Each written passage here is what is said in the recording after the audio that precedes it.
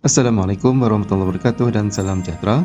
Dalam video ini kita akan membincangkan teknik menjawab matematik SPM kertas 2 bahagian A.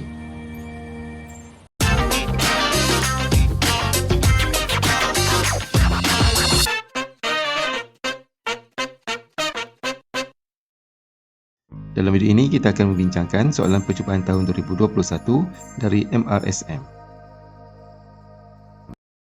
Kita lihat soalan kita yang pertama. Bakri ingin membeli polisi insurans perubatan untuk dirinya. Bayaran premium bulanan yang harus dibayar RMP berubah secara langsung dengan umurnya Q tahun pada ketika itu. Ketika Bakri berumur 25 tahun, premium bulanannya yang perlu dibayar ialah RM150. Kira premium bulanan yang perlu dibayar sekiranya dia membeli polisi tersebut ketika berumur 35 tahun. Bila di sini diberi bahawa kadar bayaran premium berubah secara langsung dengan umurnya. Jadi kita boleh tulis ubahannya adalah P berkadar langsung dengan Q. Kemudian kita tukar kepada bentuk persamaan. Kita akan masukkan pemalar K, P sama dengan KQ. Di dalam soalan diberi maklumat bahawa ketika umur Bakri 25 tahun, iaitu Q sama dengan 25 tahun, bayaran premium yang dikenakan kepadanya adalah RM150. Jadi kita akan gantikan nilai Q dan nilai P di dalam persamaan kita untuk mendapatkan nilai K, iaitu 150 sama dengan 25K. Maka K kita akan dapat sama dengan 6. Seterusnya kita akan tulis persamaan kita dengan menggantikan nilai K, iaitu P sama dengan 6Q. Kemudian soalan bertanyakan tentang berapakah premium insurans bulanan yang perlu dibayar jika umur Bakri 35 tahun. Maka kita akan gantikan Q dengan 35, iaitu P sama dengan 6 darab dengan 35.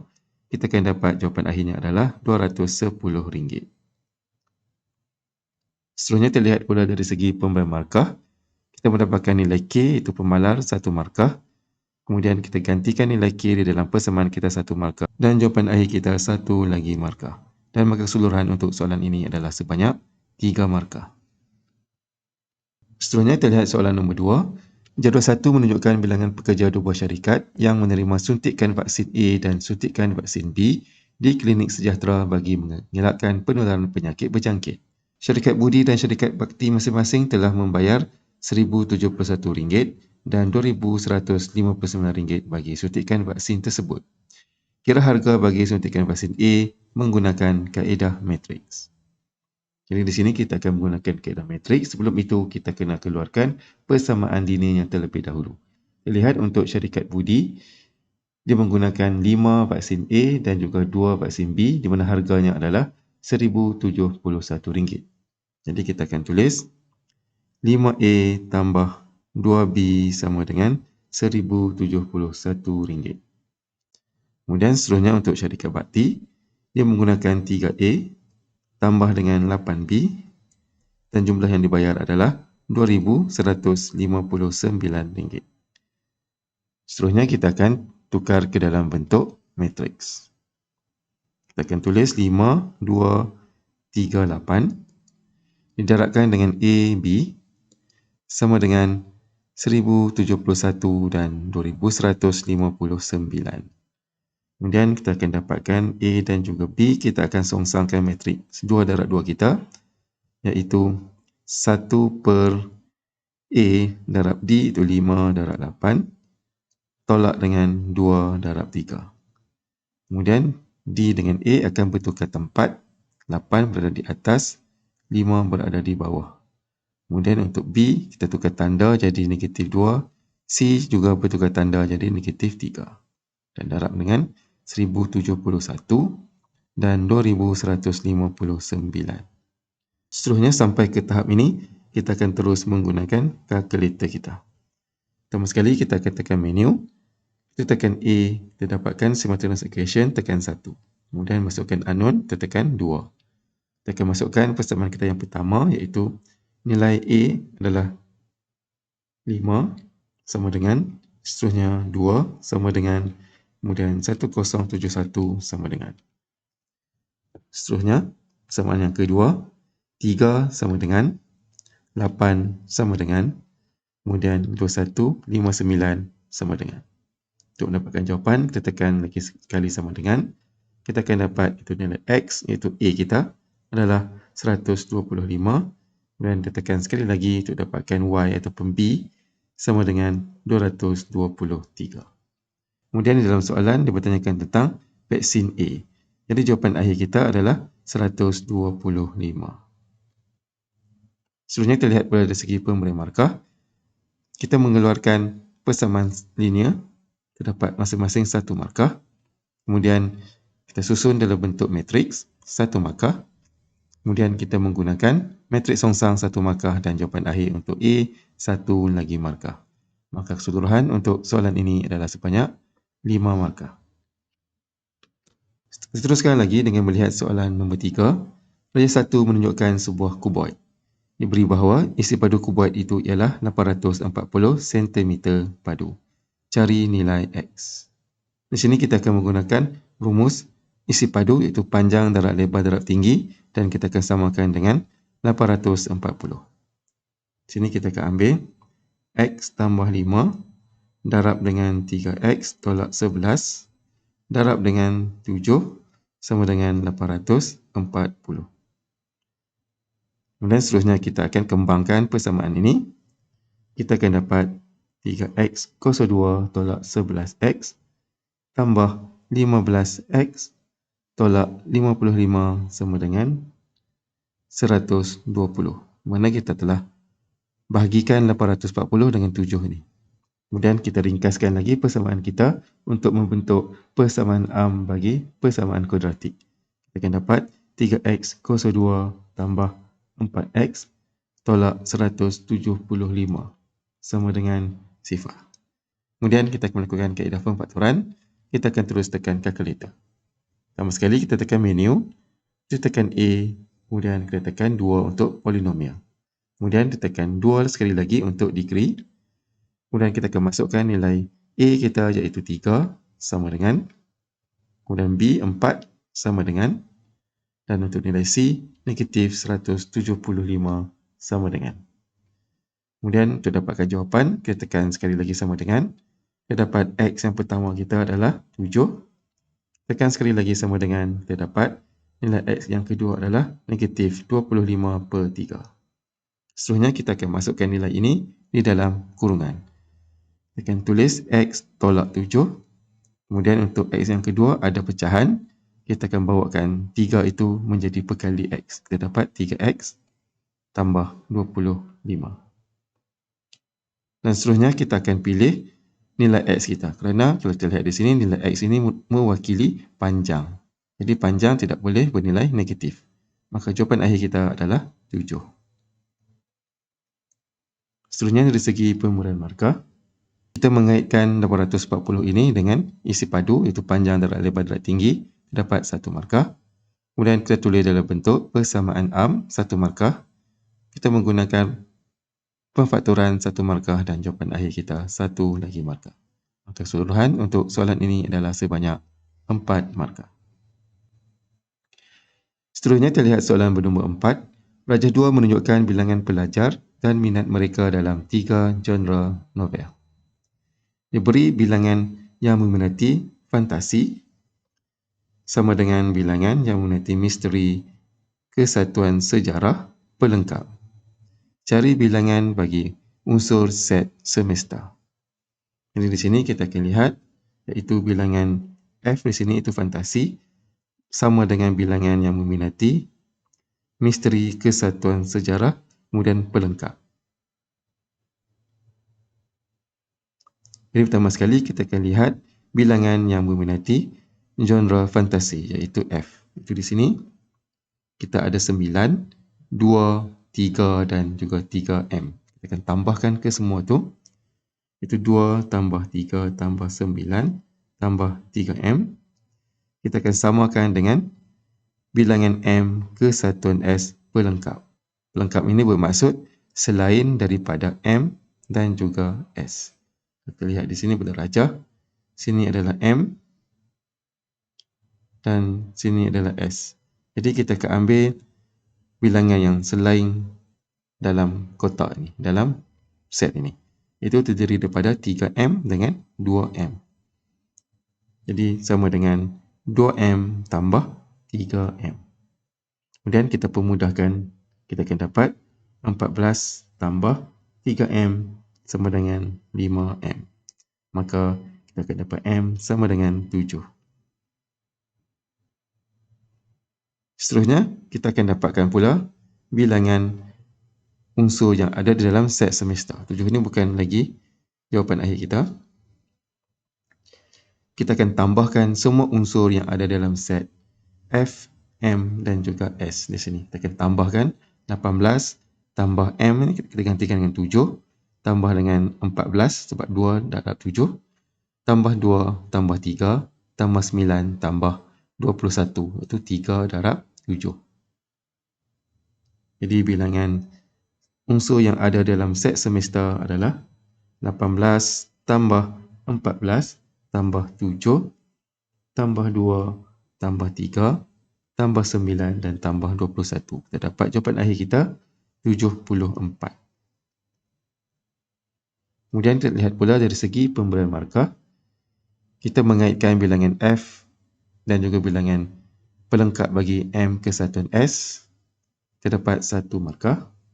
Kemudian kita dapat nilai bagi M 1 lagi markah. Seterusnya kita melakukan operasi tambah 1 markah dan jawapan akhir 1 lagi markah. Maka keseluruhan dalam soalan ini adalah sebanyak 4 markah. Kita teruskan lagi dengan melihat soalan nombor 5. A.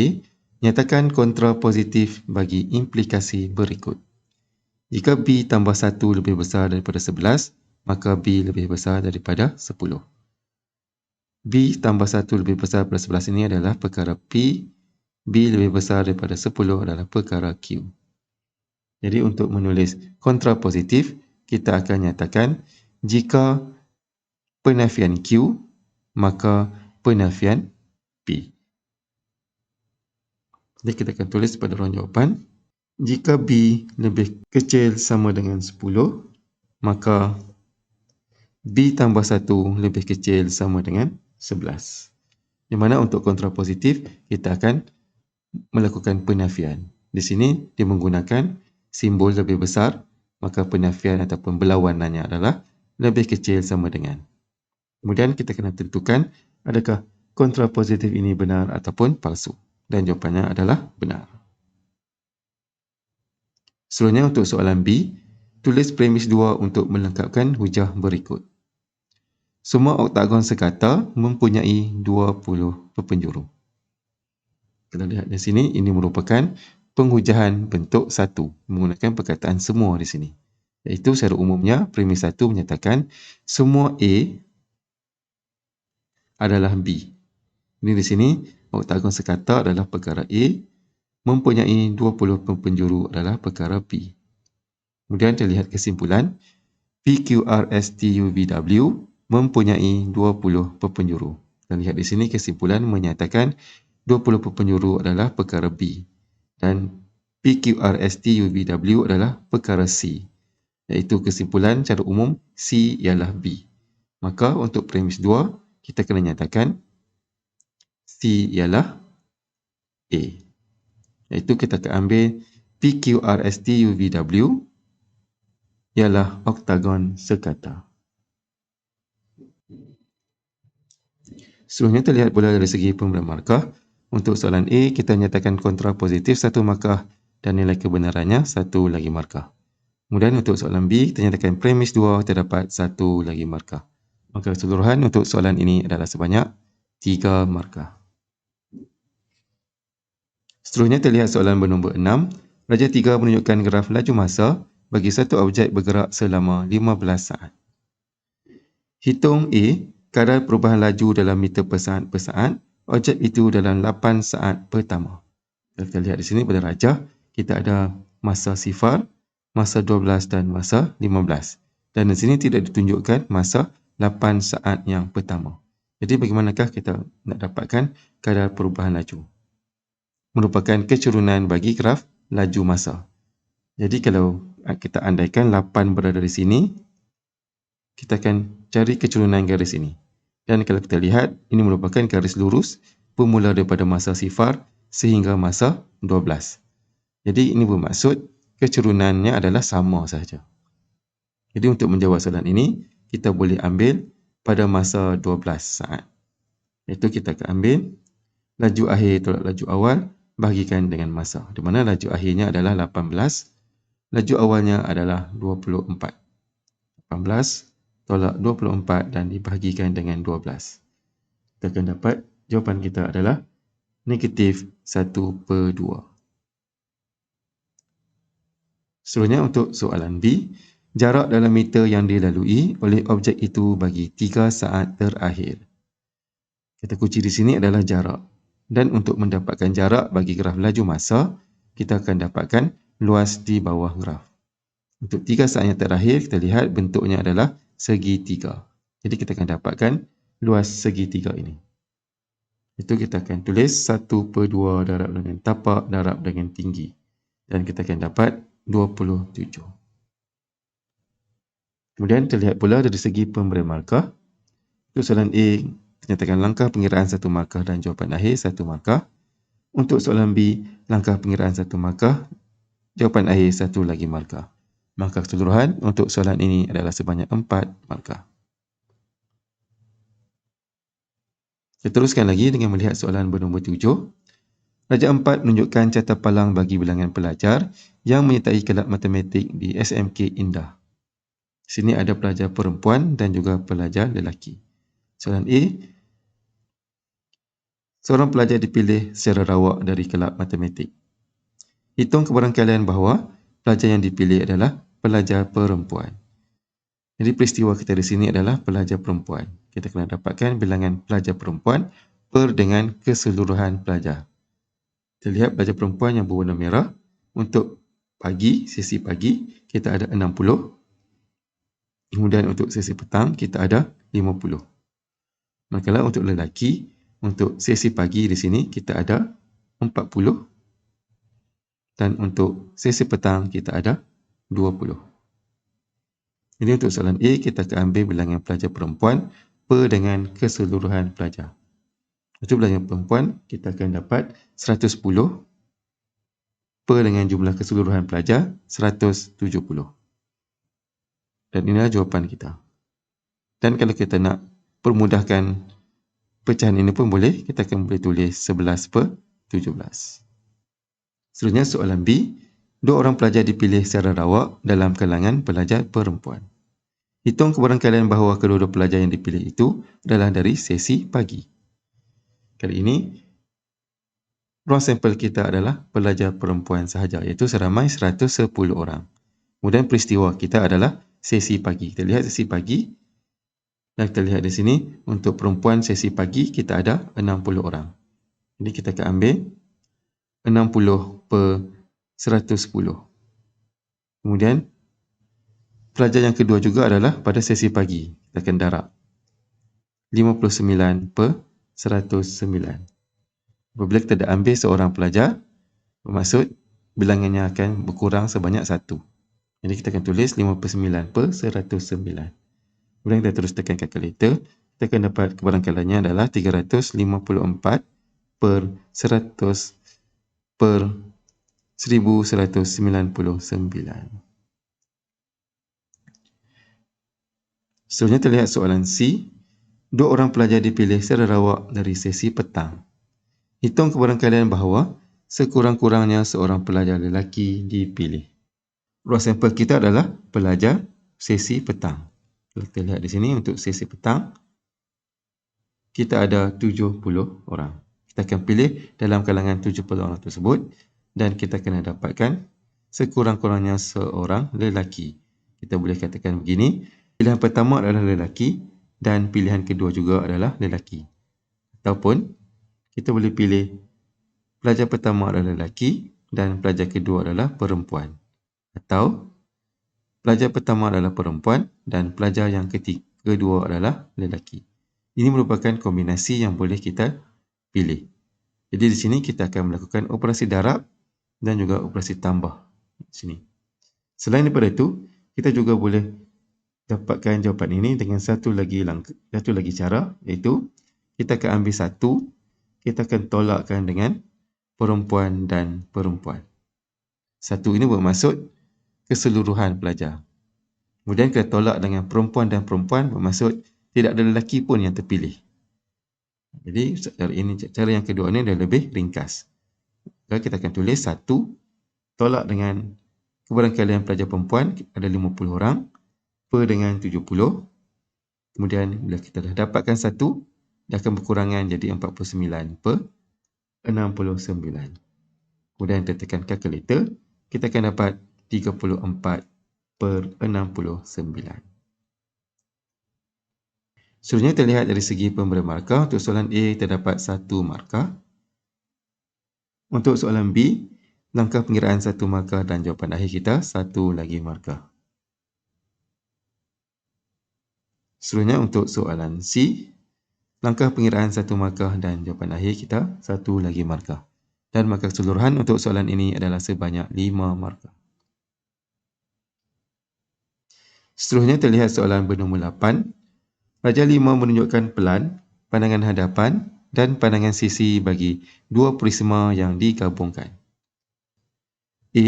Lakarkan bentuk 3 dimensi bagi gabungan objek tersebut. Untuk soalan ini, kita kena lukis objek 3 dimensi. Kalau sebelum-sebelum ini kita jawab, kita kena melukis pandangan hadapan dan juga pandangan sisi.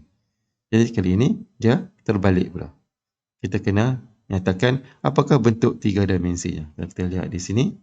Untuk pandangan hadapan, kita ada 2 trapezium. Bermaksud, satu trapezium berada di atas, satu trapezium berada di bawah. Kemudian di sini adalah pandangan sisinya, ada 2 trapezium.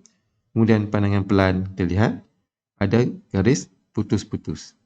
Ini bermaksud, kita dapat terlihat dari pandangan pelan seperti ini. Dia ada 2 trapezium atas dan bawah, seperti ini.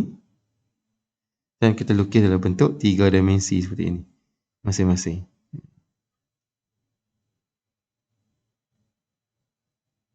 Macam tu, lebih kurang. Jadi di sini kita hanya melakar saja, tanpa mengambil kira panjang sisinya. Jadi secara umumnya bentuk kita akan lukis seperti ini. Satu prisma akan berada di atas.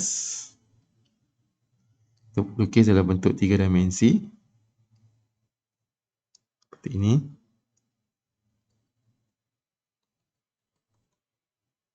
Kemudian kita akan lukis satu lagi prisma yang bentuk yang sama. Kali ini berada di bawah pula. Seperti ini.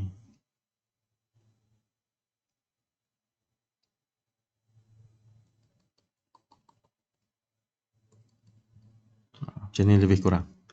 Ini bentuk yang terhasil daripada soalan tadi.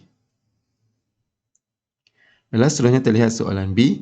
Hitung luas dalam sentimeter persegi serta condong bagi gabungan objek tersebut. Ini kita kena dapatkan luas bagi satah condong. Kita lihat satah condong ada 2. Satu di sini dan satu lagi di sini. Dan saiz kedua-dua satah condong ini adalah sama. Jadi kita akan lihat ukurannya terlebih dahulu berdasarkan soalan yang telah pun diberi. Lihat di sini. Satah condong kita berada di sini. Kemudian sini adalah panjang satah condong kita. Kita akan dapat adalah 5 cm di sini. Sini adalah 5 cm. Maka satah condong kita ini panjangnya adalah 5 cm di sini. Kemudian kita kena dapatkan pula panjang garisan condong ini. Kita lihat dia berada di sini. Kemudian di sini tingginya 3, sama macam ni. 3. Kemudian di sini juga adalah 3. Jadi kita akan gunakan teorem Pythagoras untuk dapatkan panjang hipotenusnya. Iaitu 3 kuasa 2 tambah 3 kuasa 2 dan punca kuasa 2. Dan kita akan dapat jawapannya adalah 3 punca 2. Kita nyatakan jawapan kita adalah bentuk punca dulu. Jadi, kita dapat panjang dan lebarnya sini. Sini 5 dan sini 3 punca 2. Kita akan kira luas, panjang, darab, lebar. Kemudian kita akan darabkan dengan 2. Sebab ada 2 satah condong.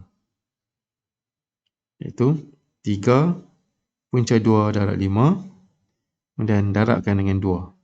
Kita akan dapat jawapan akhir adalah 30/2 ataupun kita boleh tulis dalam bentuk perpuluhan 42.43. Seterusnya dari segi pemberian markah, untuk soalan A kita lukis objek 3 dimensi, kita akan dapat 2 markah. Seterusnya untuk soalan B, kita mendapatkan panjang bagi satah condong itu iaitu 3/2, kita dapat 1 markah. Kemudian kita darabkan dengan 2 untuk 2 satah condong, 1 lagi markah, dan jawapan akhir kita 1 lagi markah. Maka keseluruhan untuk soalan ini adalah 5 markah. Baiklah, seterusnya kita lihat soalan nombor 9. Raja 6 menunjukkan garis lurus OQ, SQ dan RQ yang dilukis pada satu satah kates. Titik R dan titik S terletak pada paksi Y dan RQ selari dengan paksi X. Jadi RQ ni selari dengan paksi X. Jadi dia tak ada kecurunan. Cari A koordinat bagi titik Q. Kita akan dapatkan koordinat titik Q di sini, dan kalau kita lihat untuk pada R adalah 5, bermaksud Y-nya di sini adalah 5. Jadi untuk XQ ini juga adalah 5. Jadi koordinat Q adalah 5, 5. Macam mana kita boleh dapat 5, 5? Kita lihat pada persamaan garis lurus OQ di sini, iaitu Y sama dengan X. Q ini Y-nya adalah 5, maka X juga adalah 5. Dan dia memenuhi persamaan Y sama dengan X. Jadi jawapan kita di sini adalah 5, 5. Seterusnya soalan B, persamaan bagi garis lurus SQ. SQ berada di sini. Kita kena dapatkan M kecurunan dan juga C pintasan paksi Y. Dan kalau kita lihat di sini, kita dah ada pintasan paksi Y iaitu 3. Jadi kita kena dapatkan kecurunannya dah sahaja, iaitu Y sama dengan MX tambah C. Kita akan gantikan M dengan C. M kita akan guna Y2 tolak Y1 per X2 tolak X1 sebab kita ada koordinat Q dan juga koordinat S. Kita ambil 5 tolak 3 iaitu Y1 tolak Y2. Sini X, sini Y. Sini 0, 3. Ini X, ini Y. Jadi 5 tolak 3 per dengan 5 tolak 0. Kita akan dapat 2/5. Seterusnya kita akan tulis dalam bentuk persamaan garis lurus Y sama dengan 2/5X tambah 3. Kemudian kita lihat pula dari segi pemberian markah. Untuk soalan A, dinyatakan koordinat Q terdapat 1 markah. Kemudian untuk soalan B, kita dapatkan nilai kecurunan 1 markah dan jawapan akhir kita 1 lagi markah. Dan maka keseluruhan untuk soalan ini adalah 3 markah. Kita teruskan lagi dengan melihat soalan bernombor 10. A, selesaikan 3X per 2 tambah 4 sama dengan 2X. Soalan ini kita tulis balik, 3X per 2 tambah 4 sama dengan 2X. Kemudian di sini kita melakukan operasi tambah pecahan. Apabila melakukan operasi tambah pecahan, kita kena samakan penyebut di bawah. Di mana 4 ni adalah 4/1. Jadi kita akan darabkan dengan 2 untuk samakan penyebut. Kita akan dapat 3X tambah 8 per 2 sama dengan 2X. Maka kita akan ringkaskan persamaan ini. Kita akan dapat 3X tambah 8 sama dengan 4X. Kemudian kita terus tekan kalkulator, kita dapat X sama dengan 8. Seterusnya soalan B. Aileen, Farah dan Kumar menyertai satu pertandingan robotik. Farah memperoleh 19 skor lebih daripada Aileen, manakala skor Kumar adalah 2 kali ganda skor Aileen. Diberi bahawa jumlah skor mereka ialah 163. Hitung skor Aileen. Pada maklumat yang diberi ini, kita akan tulis untuk Aileen, untuk A. Markahnya kita tulis sebagai X sebab tidak dinyatakan di sini. Kemudian untuk markah Farah, di sini diberitahu bahawa Farah memperoleh 19 skor lebih daripada Aileen, iaitu X tambah 19. Kemudian seterusnya Kumar. Kumar adalah 2 kali ganda skor Aileen. Maka markah Kumar adalah 2X. Kemudian markah ketiga-tiga mereka ini adalah 163. Jadi kita tambah X tambah X tambah 19 tambah 2X sama dengan 163. Kemudian kita terus tekan kalkulator. Kita dapat jawapan untuk X sama dengan 36. Seterusnya terlihat pula dari segi pemberian markah. Untuk soalan A, langkah pengiraan 1 markah dan jawapan akhir 1 markah. Untuk soalan B, langkah pengiraan kita 1 markah dan jawapan akhir kita 1 lagi markah. Dan markah keseluruhan untuk soalan ini adalah sebanyak 4 markah. Baiklah, itu saja untuk video kita pada kali ini. Sekian, terima kasih, selamat belajar dan jumpa lagi untuk bahagian B dan bahagian C pula.